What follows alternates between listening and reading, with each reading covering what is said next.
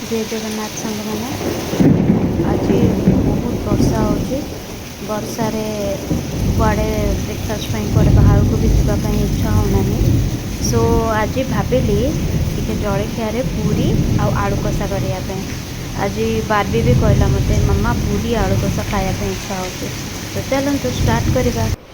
आलू एमती सब भल से धोई देछि ताकू चोपा छड़ेकी बहुत भल भाव में धोई देछि आलू को ताकू सबूतिक चोपा छड़ेदेवा। चोपा छड़ेकी एमती मु काटिकी रखी कड़ाई को भल भाव में धोईकी गैस रे बसैबा।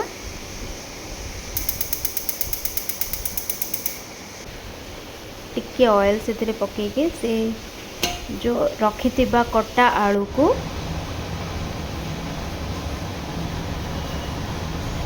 टिके लुण पकेबा और रखी कटा आलू को से पकेदेवा।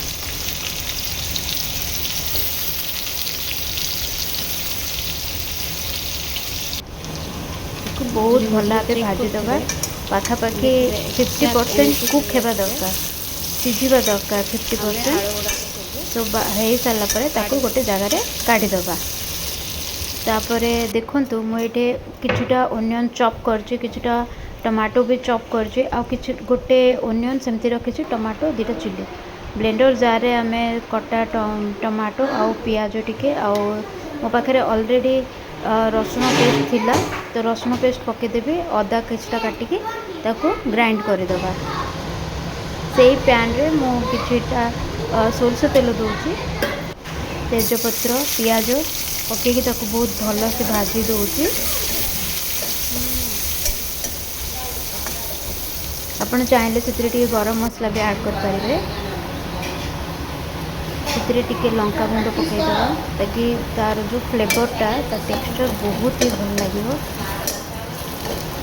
देखो केमती रेड रेड देखा तापर से कटा टमाटो पकईदेवा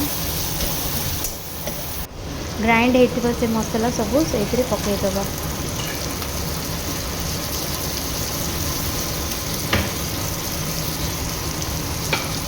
भल भाव सब गोलैदेवा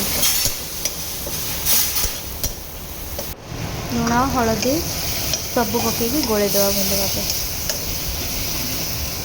मसला कषि आसले जो सीझा होता आलू को से पकईदेवा।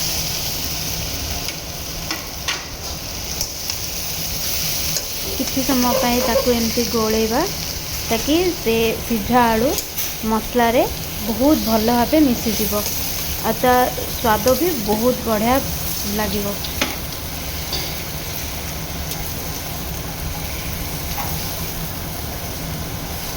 ताकू भल भाव एमती गोलैकी घोड़े दबा। तापर हो सारापर कि गरम पानी से पकईदेवा किछटा गरम मसला से ऐड करदे किसी समय फुटे। देखो आलुदम कितने टेस्टी है। Thank you for watching this video.